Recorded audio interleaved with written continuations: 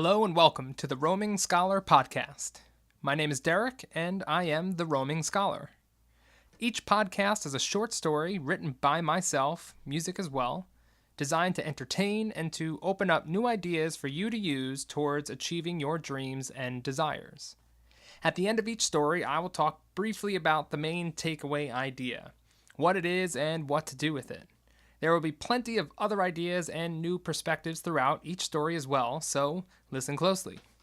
You can also read along to each story at www.theroamingscholar.com/blog, where you can also find a separate blog post discussing the takeaway idea as well as action steps to implement these ideas into your life.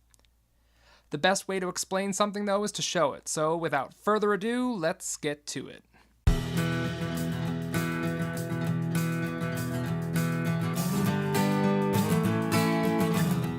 The Missing Sheriff.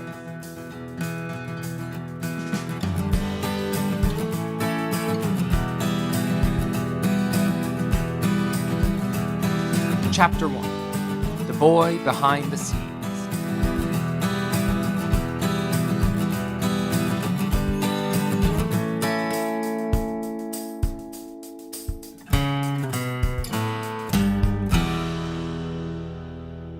The town had one road.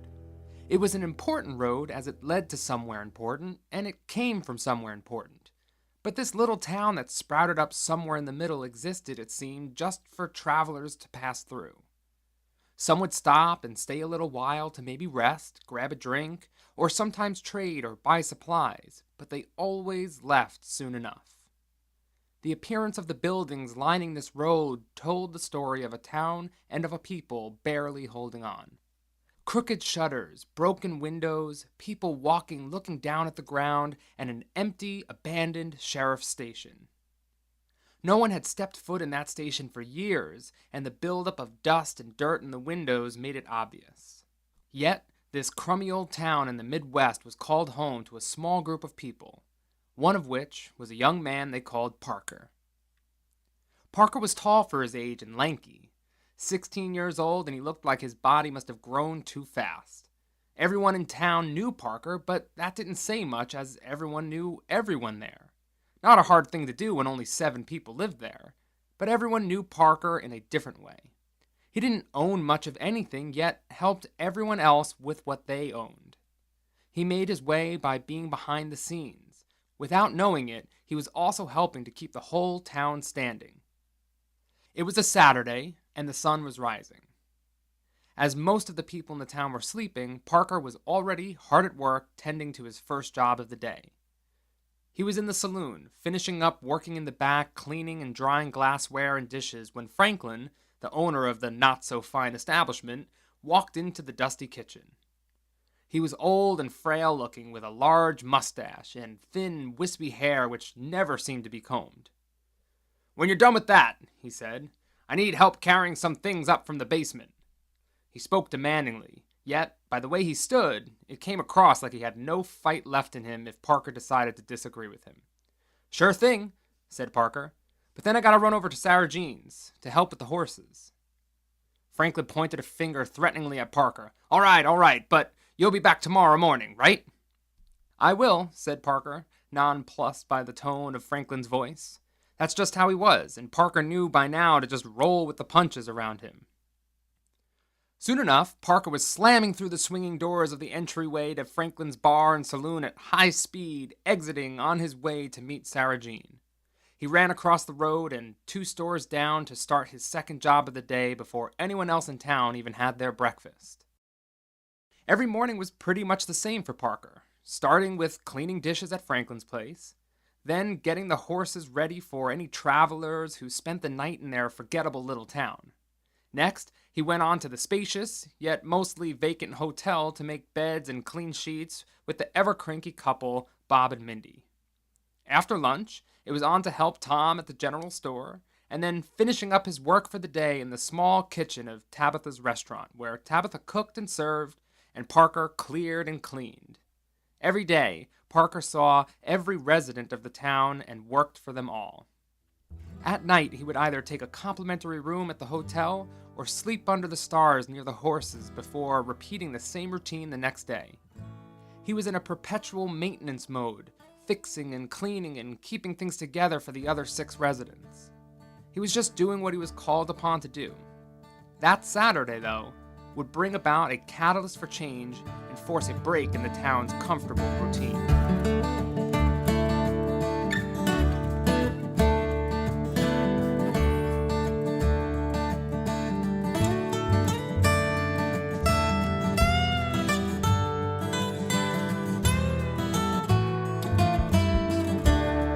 Chapter 2: The Visitors and the Demand. When Parker stopped outside the horse paddock, Sarah Jean was waiting for him with a blank expression. No good mornings were going to be heard at that moment. "All right, you know what to do," she said, dangling a horse brush from her finger. "Brush 'em and clean out the stalls when you're done."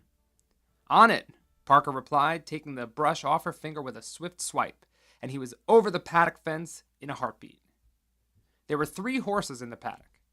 A black horse with a perfect soldier-like stance, a dark brown one which was roaming the paddock, grazing on what little grass remained, and finally the light golden brown horse that never left the paddock. Sarah Jean was brushing that golden brown horse while Parker brushed the black horse with a curious eye towards Sarah Jean. Every morning, while Parker brushed the horses of any visitors, Sarah Jean brushed the golden brown horse she called Missy. He never once saw her ride Missy, though. He never asked either, but years of curiosity finally worked its way up to the surface. "Why don't you ever ride, Sarah Jean?" he asked timidly, and her head turned towards him swiftly and accusingly. "What would be the point?" she said. "There's nowhere to ride to." "What about just to ride for the fun of it? I heard you were quite the rider." "The past was what it was, Parker," he was interrupted before he could finish, "but it's just not practical to be riding around for fun when I've other things to do." She said her piece sternly, and that put an end to their conversation for the remainder of Parker's time working on the horses in the stalls. 2 gentlemen collected their horses, and Parker heard them talking about the dangers of the road ahead and the dangers they were lucky to not see on their way so far. Sarah Jean handed off their horses and leaned against the paddock fence as Missy came over for Sarah Jean to pet her. When Parker walked through the door of the hotel next to Sarah Jean's stables, Bob and Mindy were arguing about something, but stopped immediately when they heard the bell ring above the opening door. "Ah, Parker," said Mindy. "We've got just 2 rooms to turn down, both upstairs, rooms 6 and 8.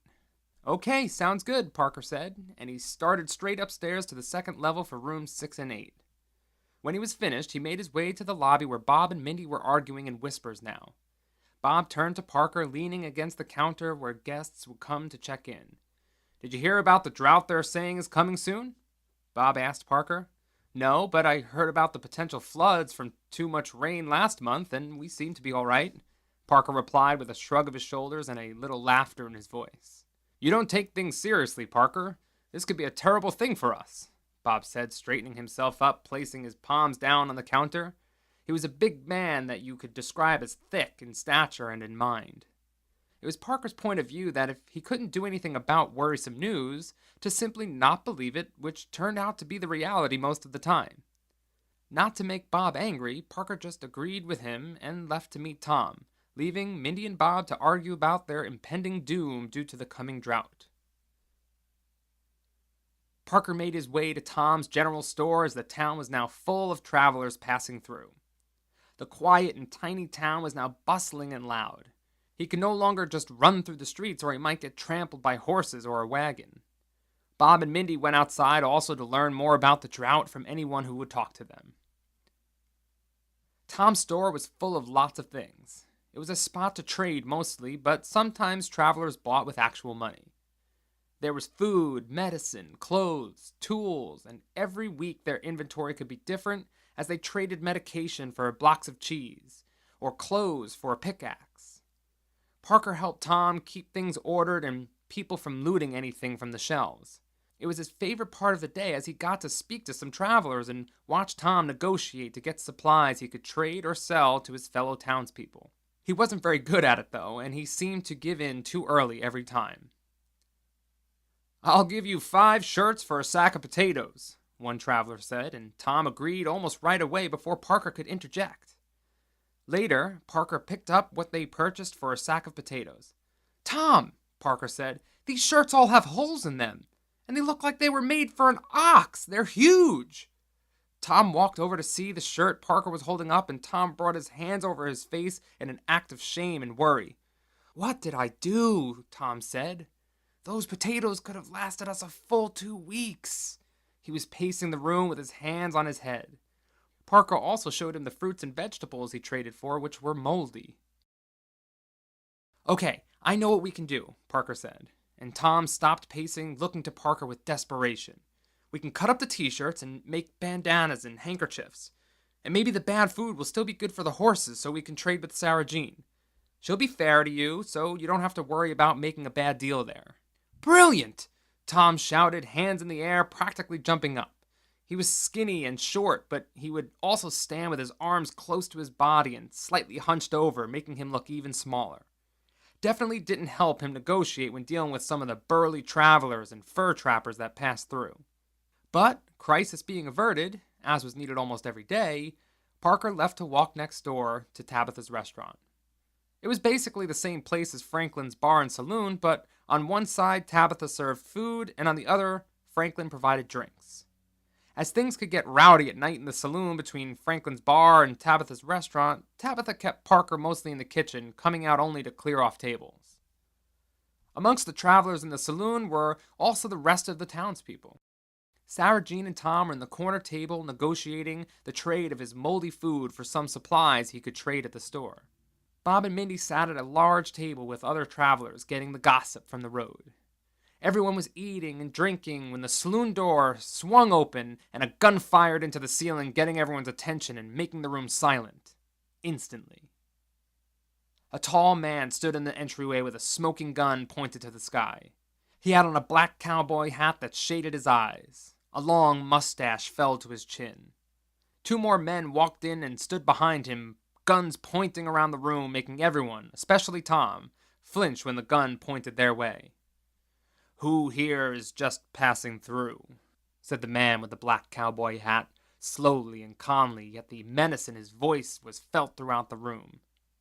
His gun was still pointed to the ceiling and still smoking. 5 people raised their hands timidly. He dropped his gun to his waist and gave orders as if simply ordering tonight's special from Tabitha's menu.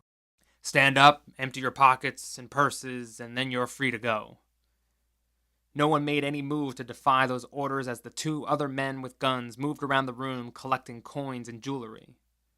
Soon, all who remained in the saloon were the 6 residents, and Parker listened and watched from around the kitchen doorway, afraid and unsure what to do. "Now, let me see," the man continued in his calm, menacing voice as he began to pace the room. "You had 5 guests in your little town here tonight, and you have people passing through here all day, so you're going to start paying a little tax to me, or I'll burn this town to the ground." He continued to pace and never raised his voice. The silence made him easy to hear, and his tone made his resolve clear. "I need $4 from each of you, now." When he finished, the first sounds from the residents were gasps and then stuttering and murmuring as they tried to explain that they didn't have that kind of money. "I didn't finish!" He raised his voice for the first time over their muttering. "I need $4 from each of you now, and then every month going forward." He finished speaking and then raised his gun and slowly scanned the room, seeking out any dissenting voices to silence. Parker unfroze from behind the open doorway where he was hiding and walked out into the room slowly, with his arms in the air. Before he was 2 steps into the room, the 2 other men with guns were on him, grabbing his arms tightly and pulling him towards their leader with the black cowboy hat. "And who are you?" he said. Parker gathered his courage so he could speak clearly and sound convincing. "I'm the man who will get you $10 from each person next month if you forgive them the $4 right now," he said, hoping he pulled off a better bit of negotiating than Tom did this afternoon. The man doubled over and laughed. "I'd hardly call you a man," he said, stopping his laugh sharply and looking to the rest of the residents to see what they had to say to Parker's offer. No one said a thing. They were too afraid and too shocked. "Well, it seems you do speak for these people. All right, little boy, I'll make this deal with you, but if you come up short, I'll burn this town down. And if any of you try to run away and leave this town, I'll find you soon enough and you'll pay your debt with your life." He spoke with his face inches from Parker's, and Parker could feel the heat of hate pouring off him. With their sudden arrival came their swift exit as they laughed, riding off into the night, shooting their guns into the air. Parker didn't know what he just did or what they were going to do now, but he knew they didn't have the $4 each, and at least he bought them 1 month to figure out how they could turn this dying town into a cash machine.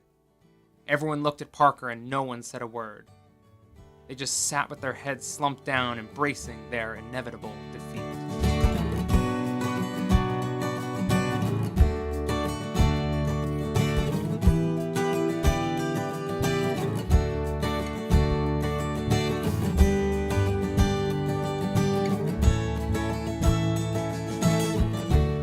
Chapter 3.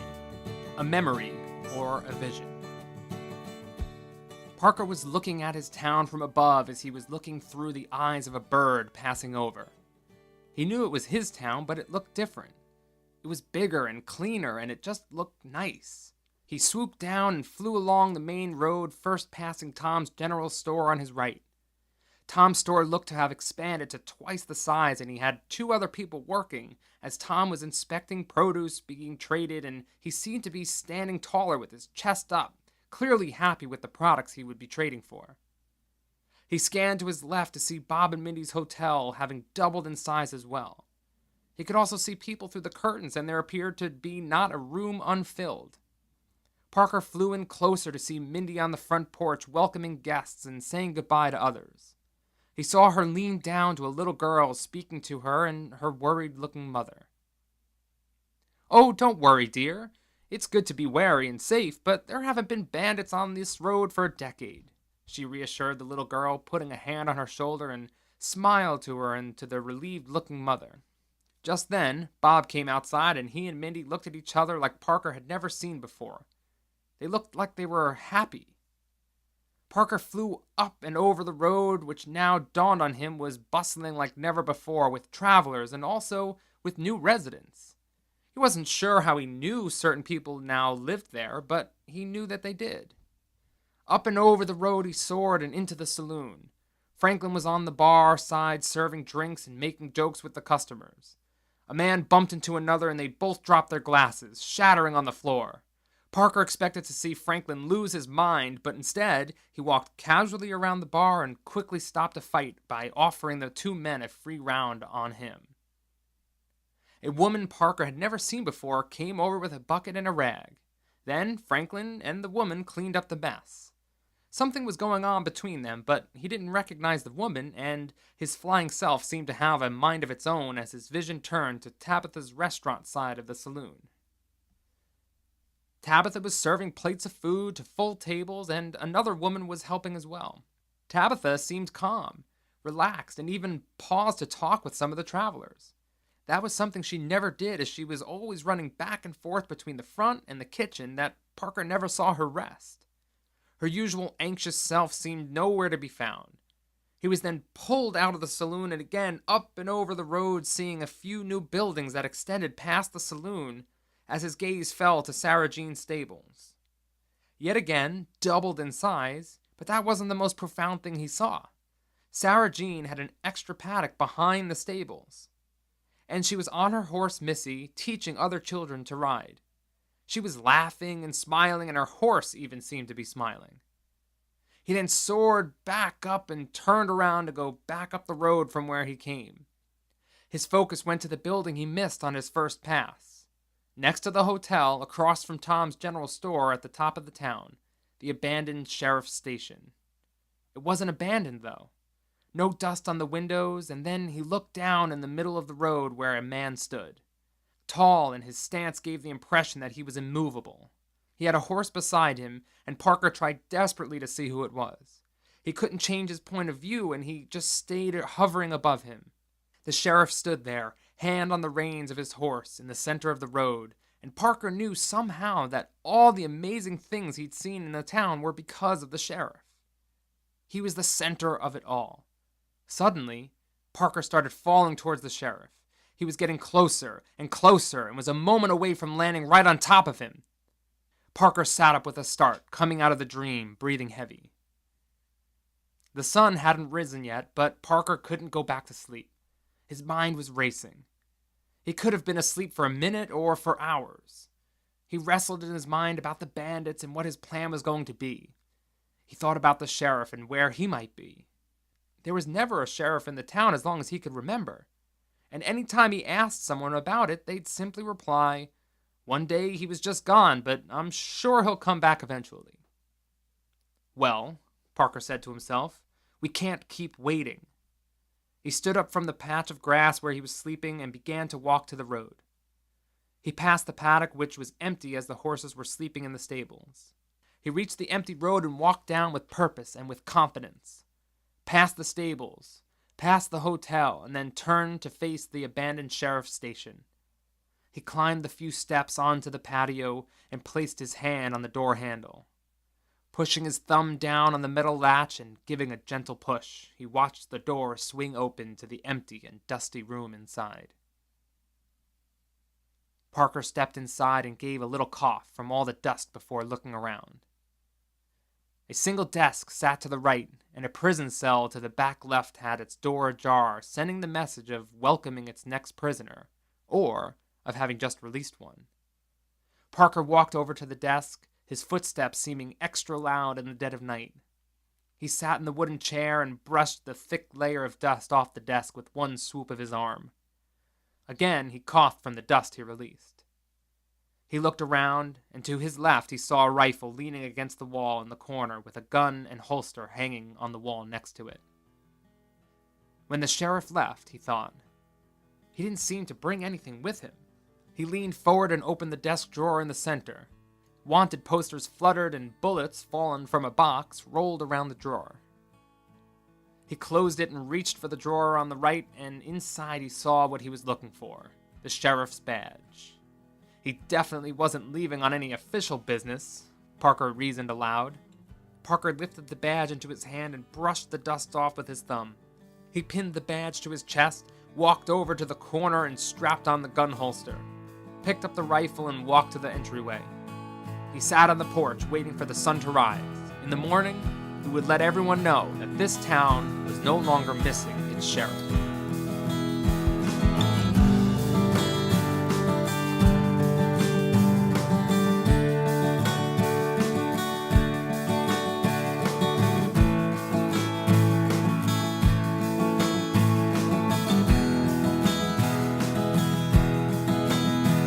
Chapter 4. Taking Control.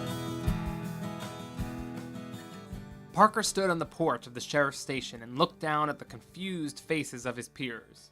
But the badge on his chest and a feeling in his heart gave him the courage he needed to stand tall and proud.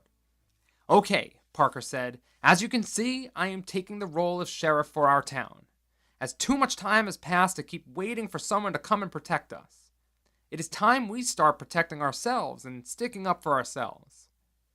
Parker stepped down from the porch but was still taller than everyone there. Everyone stayed silent, but Franklin had a sort of scowl on his face that said, "Who do you think you are, boy?"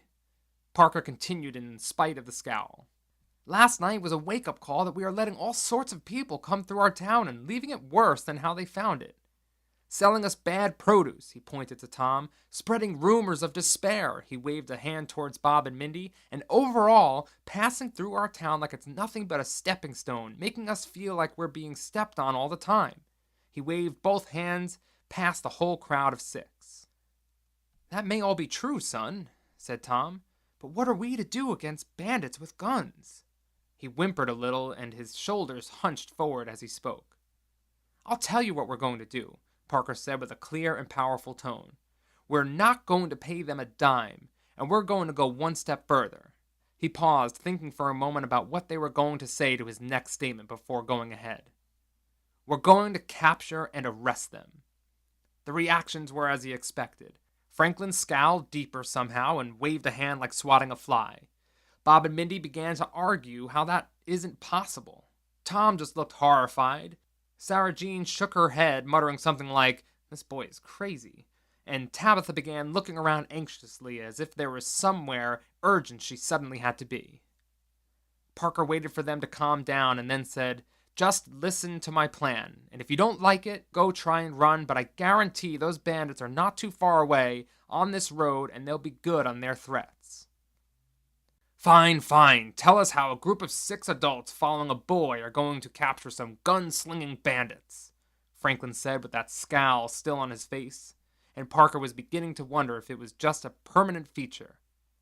Parker explained his plan in 5 minutes, and when he was done, Bob and Mindy stayed silent, and Franklin's scowl became slack, and Tom began to stand up just a bit taller. Sarah Jean was the first to speak. "Well, I'm a little nervous about my part, but that just might work," she said. Franklin was next. "Looks like I need to find someone else to clean up the bar, Sheriff." Franklin shrugged his shoulders, and that was about the best reaction Parker could hope for. Apathy for Franklin was 2 steps above his usual mood. Soon, they all agreed, and work officially began for Parker on his first day as the town's new sheriff. Part 1 of the plan was pretty simple. If the bandits ever came to the town, they had to look like they were making enough money to pay them, so they needed to work harder on making their little town appear more prosperous. "The best way to do that," Parker said, "is to actually be more prosperous." He scanned the skeptical faces. "I have ideas for each of you, and I am going to have to be a bit blunt, but I've worked for all of you, and I've seen what people like and what they don't. So please try these ideas, and I know they will make a big difference. Bob and Mindy, your rooms are great and clean, but it doesn't invite people in to stay when you two are in the lobby arguing all the time. Make that lobby more inviting and focus on your guests rather than on debating whether a drought or a flood is coming." Bob and Mindy looked shocked and then opened their mouths like they wanted to argue with him, but then sunk down and just listened. "Tom," he said with some extra compassion in his voice, "if you demand to inspect your merchandise before buying anything, you'll be able to make far better deals. I'll also help there and make sure anyone coming into town aren't a bunch of scammers." "Okay," Tom said, taking in his advice with thought and appreciation. Parker faced Franklin. "Franklin," he began, and after ignoring the predictable grunt, he continued, "you have a nice bar, but the travelers that come through are looking for a bit of rest and escape, and you can be a bit softer and less harsh towards them. Take a page from Tabitha's personality and mimic that." He just made a little face, but his eyes said he conceded to give it a shot. "Tabitha, you don't use your personality. You just work, and I know it's tough being the only person, but if you talk to the people at your tables, they'll stick around another night and buy more drinks and food. The idea is to get people to stay longer, right? If they stay longer, that's another night at Bob and Mindy's, another night for the horses at Sarah Jean's stables, and so on." "And what about me?" Sarah Jean said, raising her hand to show her presence. "Get on that horse," Parker said, and Sarah Jean looked afraid. "That's all, okay? Everyone up for this?" the 16-year-old sheriff asked his once employers. They agreed, some more enthused than others, but Parker knew he would be able to help things along as they went. Part 2 of the plan was more tricky, and they did their work at night in case the bandits were watching them. When the saloon was closed and the travelers in bed, they met over by the stables ready to get to work. The plan was simple. First, it required them to remove the bandits from their horses. "I can do that," Sarah Jean said confidently that morning. Then from there, they had to make their guns useless, as they wouldn't win in a shoot-off, and then trap them. Parker had the ideas for that. "Okay, Tom," Parker said, "here's what we need to make this work. In your dealings, make sure we get these. If we don't, we can't pull this off." Tom looked at the list, worry in his eyes, but also pride that he was being trusted with this task, and looked Parker in the eyes and gave a determined nod. "I'll get them." He spoke, standing up a little straighter. That night they began putting their plan into action. They budgeted only an hour or two each night, so this way they could still work during the day as usual. Parker reasoned that it should be enough time. A week into Parker's new role as sheriff, and the town's new rhythm and approach to their businesses was already starting to pay off. Parker may have had to remind Bob and Mindy a little to take their arguing elsewhere, but Franklin and Tabitha kept each other accountable. Parker was always helping Tom as part of his daily routine. When the travelers walked into town, Parker now welcomed them from the porch of the sheriff's station, which gave the travelers an impression of the town that wasn't typical. They felt safer, the scammers felt less bold to try anything on Tom, and occasionally Parker had to quiet those travelers gossiping about droughts and then about floods or deadly diseases. He wasn't about to let any amount of morale boost the townspeople were feeling be squashed by worrying about something they couldn't control. And that was also probably just nonsense. Then there was Sarah Jean, who still hadn't worked up the energy or courage to get up on her horse Missy. "It's just been so long, Parker. I don't know how I'll be, or even how she'll react to a rider after so many years." Sarah Jean was genuinely trying to get her mind around it, as she knew she was needed in this plan, and in fact, her role, riding with Missy, was crucial. "Well," Parker said, "you know a horse better than I could ever understand. I've seen you calm down wild ones bucking around the paddock so well that parents felt confident to let their child ride the horse after." They both were leaning against the paddock fence, arms folded the same way. "If anyone knows what she's thinking, it's you." "Okay," she said. "I'll do it. Right now. Don't go anywhere." She left and came back with an old saddle, but it had ornate carvings in the leather. With a good polish, it would shine like new. Missy immediately walked over to where Sarah Jean was, like she knew a run was in her future and was excited about it. Parker didn't move from his spot on the fence and watched Sarah Jean attach the saddle tentatively, but without pause. When she was done, she looked over to Parker with a slightly worried look, and then put a foot in the stirrup, and gripping tight on the saddle, she pulled up, but not quite hard enough, and her foot that left the ground found its way back to the dirt. "Remember, Sarah Jean, you want to get up, and Missy wants to go for a ride too," Parker said.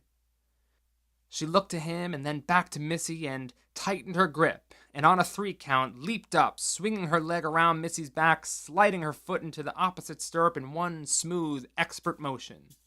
She immediately smiled and laughed, and Missy let out a pleased neigh. Her eyes never went back to look at Parker as she took off with Missy out of the open paddock gate. Parker walked away with a smile. Mission accomplished, he thought.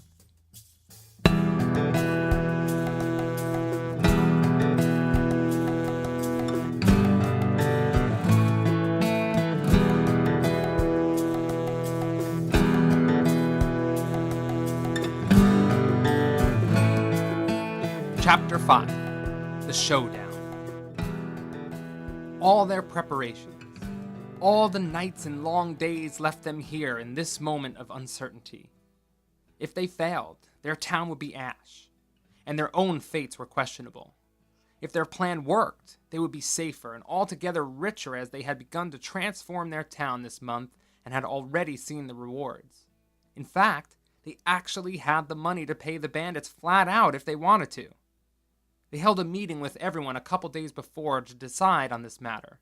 With the townspeople sitting in Tabitha's restaurant, Parker addressed them. "I know it's easier to just pay these men and not fight back," Parker said.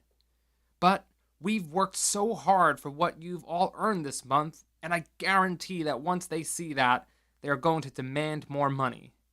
We have an opportunity to strike while they're not expecting it, and an opportunity to stand up for what is ours." Everyone watched Parker closely as he paced back and forth while he spoke, and they said nothing until he was finished. Tom spoke up first, surprisingly. "I, for one, do not wish to enter another bad deal willingly. And that's just what those bandits gave us." Tom spoke with pride and more confidence than Parker had ever seen from the man. "Parker here has helped us all make our town better and make us better. That I say it's time we helped our sheriff catch these men." Tom finished, and Franklin's scowl eased into a determined growl and an earnest agreement without words. The rest followed suit in agreement, and their path was settled. And so, there they were, at the crossroads in their journey, living in a place where there was only one road. They labored, setting their trap, and now the moment was upon them. The town was empty of travelers as no guests were allowed to stay in the town the past couple nights. They didn't want any other people being involved in case things should go wrong. 3 horses approached the town from the direction of Tom's general store, and Parker appeared in the road on the other end of town and started walking towards the riding bandits. Parker smiled to himself as he could see their plan already starting to work as the horses the bandits rode were becoming restless. The bandits were having more and more trouble keeping the horses under control, and by the time they reached the edge of town and Tom's store, they were reeling onto their hind legs and shaking their heads. Sarah Jean knew horses well. She knew what they liked, and she knew what they didn't. There was a simple combination of sense that was imperceptible to humans, but that drove horses absolutely nuts. Sarah Jean also knew how to calm them down, and so she approached the bandits and their restless horses from the saloon and immediately began to calm the lead horse down a bit. "You can tie him up over here if you'd like. Something seems to have him all bothered," Sarah Jean spoke to the leader. He was tall as it was and seemed giant seated upon his horse. The sun was high overhead and his black cowboy hat shaded his face, but she could feel anger and annoyance emanating from him nonetheless. He agreed to her suggestion with a simple grunt. Sarah Jean grabbed the horse's reins and settled it down as she brought it over and tied the horse to the railing of the saloon's porch. The bandit dismounted with a thump and a clang of metal from his spurs. He grunted and eyed Sarah Jean menacingly, but after a moment she began to move towards the other 2 bandits and helped calm down and tie up their horses as well. Then she disappeared from sight as the 3 bandits approached Parker, who was walking down the middle of the road with a bag in his hand. The town seemed empty and deserted as everyone was hidden, but not out of fear, even if they felt some. They didn't hide out of cowardice, even though they felt they didn't want to be where Parker was standing right now. They were hiding as a part of the plan. "Where's all your friends?" the bandit in black called out to Parker. His 2 henchmen flanked him on either side as they walked, hands on their pistols still holstered at their waist, glaring around from building to building, window to window, on alert, but also calm and confident. Parker walked slower, letting them make up some of the distance between them. He seemed timid and nervous. The bandits were at ease. "Most left, but they'll be back after our business is done today. They aren't running away for good." Parker spoke clear, but a little hesitation in his voice as he walked even slower towards the bandits. He was playing his role perfectly. "I see you have our money. Good. This town is pathetic and would have been a waste of my time to burn it to the ground." The leader grumbled his words as if the very air he breathed had a bad taste. Finally, Parker stopped and let the remaining 5 feet or so between himself and the leader be filled by them. X marks the spot, Parker thought, trying not to smirk. He then held out the bag in his hand to the man in the black cowboy hat.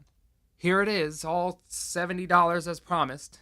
Parker spoke softly and barely made eye contact, not like he could as the man's eyes were still shaded beneath his hat. The leader smiled and reached out to the bag. Just before he put a hand on it, the bag suddenly ripped open at the bottom and coins fell from the bag to the ground at their feet. The leader's smile morphed into surprise and anger. Parker dropped the bag and stepped back with his hands in the air with a look of shock and fear on his face. The leader pulled his gun from his holster and pointed it at Parker's head. "You better pray all the money is here, or I swear I'll wait for your people to return before I burn these buildings to the ground."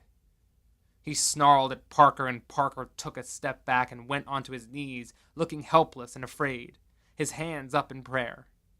Please, Parker said. It's all there. It was a mistake. I promise it's all there. Don't shoot. We'll have more money next month." The leader looked down at him and his smile returned. Gun still pointed down to Parker's head a foot away, the man with the black cowboy hat turned to his henchmen and barked orders to pick up the coins. They immediately fell to their hands and knees, picking up coins and putting them in their pockets, counting as they went. The leader of the bandits stood, confident, arrogant, and in control. But he didn't know that he was actually doing everything Parker intended him to do. He didn't see the strange green mixture that Sarah Jean sprinkled all over the ground at the edges of the town to throw their horses into a frenzy. He didn't see the piece of string that Parker had wrapped around his pinky finger and connected to the bag of money. He didn't see Parker pull that string, splitting the seam of the bag of money. He didn't see Parker discard that string as their eyes were on the fallen coins. He didn't see Franklin and Tabitha hidden beneath the saloon's porch, both with small ropes in their hands, eyes on Parker. He didn't see Bob and Mindy under their hotel's porch on the other side, also with ropes in their hands, and eyes on Parker. Now was the time. Parker gave the signal by starting to recite a prayer as soon as the leader's gun relaxed a little. Franklin and Tabitha pulled their ropes, and Bob and Mindy pulled theirs on the other side at Parker's signal. The ropes went underground in pre-dug trenches, traveling all the way to where the bandits stood. Underneath their feet were a series of loose floor planks with the dirt and sand covering them. Underneath the floor planks was a large rectangular hole with long poles holding up the floor planks. The poles had small ropes tied to them, and as Franklin, Tabitha, Bob, and Mindy pulled on them, the poles shifted and the floor planks gave way. Above, the bandits began to fall into the ditch with their money following suit as Parker rolled to the side away from any gunfire that might erupt during the chaos. Parker caught a quick glimpse of the leader as he rolled, out of the corner of his eye. The leader's hat seemed to stay put as he fell, and his face became illuminated in the sunshine for the first time. His face was one of shock and fear. Tom and Sarah Jean sped out from behind the stables with her horse Missy in tow. Sarah Jean mounted the horse and Tom hooked a rope to a harness hanging off the back of Missy. Sarah Jean eyed Tom, and with a simple nod she received her okay, and her heels rapped against Missy and the horse took off. The rope that Tom hooked to Missy was the end of a long, thick rope that was lightly buried and led all the way to where the fallen bandits once stood. The rope snapped up and sprayed a dusting of dirt and sand into the air, revealing itself.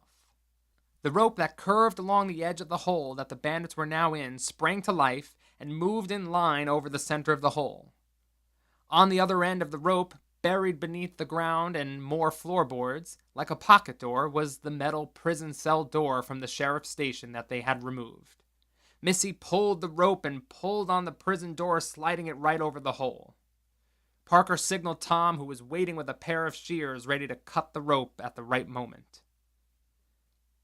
The air was filled with dust, and Parker, weary to step forward, waited anxiously for the dust to clear. The air cleared, and Parker saw the prison door perfectly placed on top of the deep hole where the three bandits were now trapped. That prison door was so heavy it took all 7 of them to move it, and that was with sliding it on barrels. There was no way those 3 men in a deep hole would be able to push up hard enough to wiggle themselves free. They were only getting out if Parker allowed it. Everyone started coming out of their hiding places as shots began sounding from the hole. Nobody was near it or in any line of sight to be in any danger, but the gunfire still made them all wince and cower down a little. Sarah Jean approached where Parker stood, riding on Missy, and stopped, handing him his gun. Parker approached the new jail cell they all created together with patient and careful steps. He kept himself at such a distance that his line of sight could only see the top of the prison door, but not down inside. Their guns were now made useless. "Listen here," Parker yelled out to the bandits, who were now yelling angrily. He could see their hands as they jumped up and tried to push open the door. "No amount of pushing is going to budge that door. I promise that." Parker's tone was clear and confident. He was a different person than the one who put on the show for the bandits minutes before. "The way I see it, you have 2 options." He paused, making sure they were listening. "You could throw out all your guns and any other weapons you may be holding, and then I will ensure you are handcuffed before getting out of that hole and into a proper prison cell." The bandits started spewing all sorts of swears and colorful names towards Parker, but he ignored them and just continued speaking over them. "Your other option is we all stand clear and out of your gun line until you all collapse of dehydration or slowly starve. I imagine it's getting pretty hot in there already with the sun overhead." Parker smiled. His plan worked.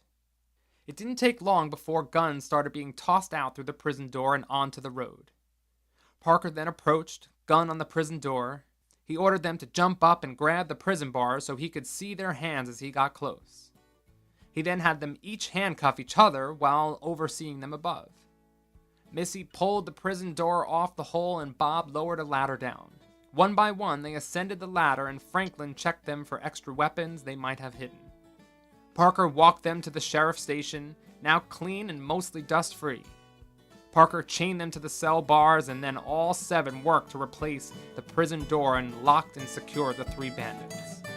Their job was done.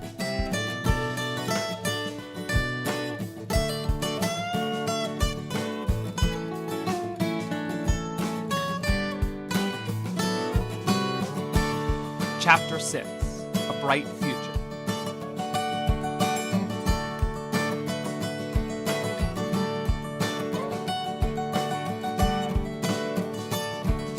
Six months had passed and it seemed Parker's dream had really come true. The town was growing and some people who were traveling actually wanted to stay, and with Parker standing as sheriff, any travelers who thought about scamming, stealing, or spreading lies and fear were quickly dissuaded from doing so, or they found themselves as temporary residents in the sheriff's station. Parker was sitting at his desk, taking a moment to relax before he would head over to the saloon to mingle with the townspeople and other travelers when there came a knock on the door. "Come in," Parker said. In walked Bob, Mindy, Franklin, Tabitha, Tom, and Sarah Jean. Parker stood up from his seat, surprised to see them all there.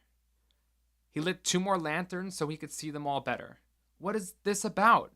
Don't you need to get to the saloon?" he said, looking at Franklin and Tabitha with some concern. They looked back at him and just smiled. Well, Franklin's face resembled a smile, and he definitely scowled less, but it was as if he had forgotten how to actually make the right face. Parker looked back confused, but curious with a tilt to his head like a dog. "We'd like you to have this," said Sarah Jean, walking up to the desk and placing a bag on it. Parker looked to Sarah Jean with curious eyes and then opened the bag to see it full of money. "What? I don't understand," he said, confused. Tom stepped forward to explain. "That is payment, Sheriff," he said simply, confidently, as if that explained everything. He saw it didn't and continued.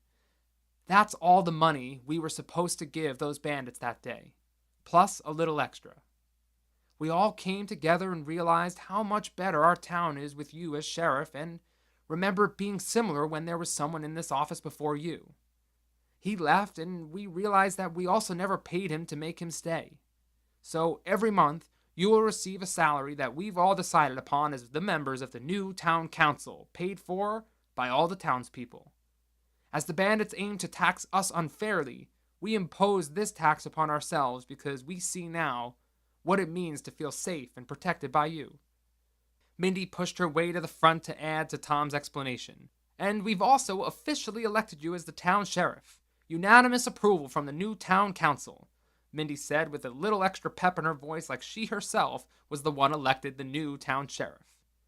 Parker stood, frozen and in awe of the gesture. He accepted it graciously, and at his insistence, they all went to the saloon to celebrate on him. Before he entered the saloon, Parker paused, looked back at the town lit by candlelight, and thought to himself, "I love this place."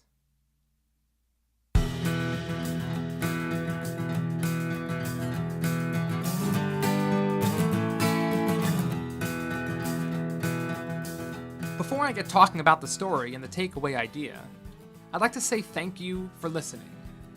If you're new to this podcast, I'd also recommend listening to the first episode, The Toy Rocket, as it has a great message and lesson for getting you started on your journey towards whatever goals and dreams you're working towards. But now, let's talk about The Missing Sheriff. The story itself was written as one big analogy. The idea is that the town is your mind, or the world around you, and you are the sheriff. You control what comes into your brain, into your life, and what doesn't. This is an important concept for living with optimism and positivity and simply being happy, because what we let into our world, we tend to mimic. So, if we are bombarded with things to fear and things to worry about all the time, we will then become fearful and worrisome. It's like the characters Bob and Mindy. They constantly let in and embrace the gossip from other travelers, which, let's be honest, most gossip isn't good. They then become gossipers and fearful people. Nothing seems to capture people's attention faster and easier than fear. Now, the point I'm trying to make here is that the negativity is out there, yes, but the positivity and optimism and love is out there too. So it is up to you what you allow into your world and also what you seek to be a part of your world.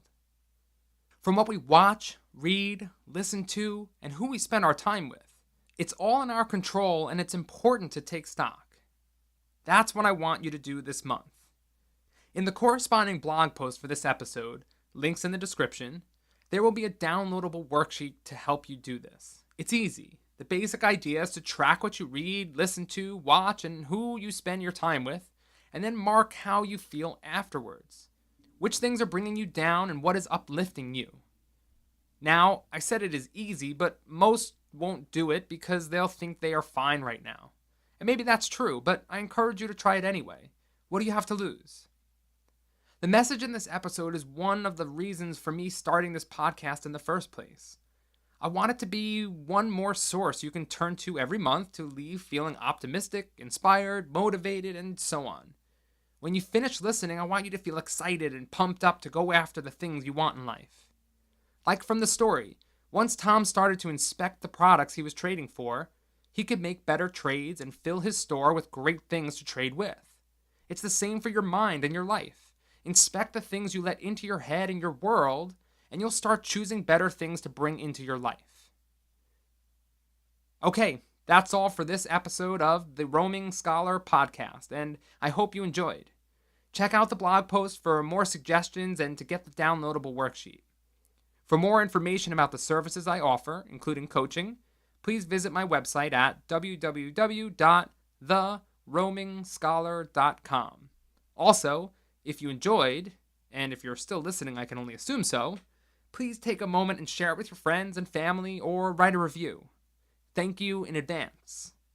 Stay tuned next month on November 7th as we start a 2-part story and delve into the idea of what would happen if everyone could see glimpses of their own future in Ripples.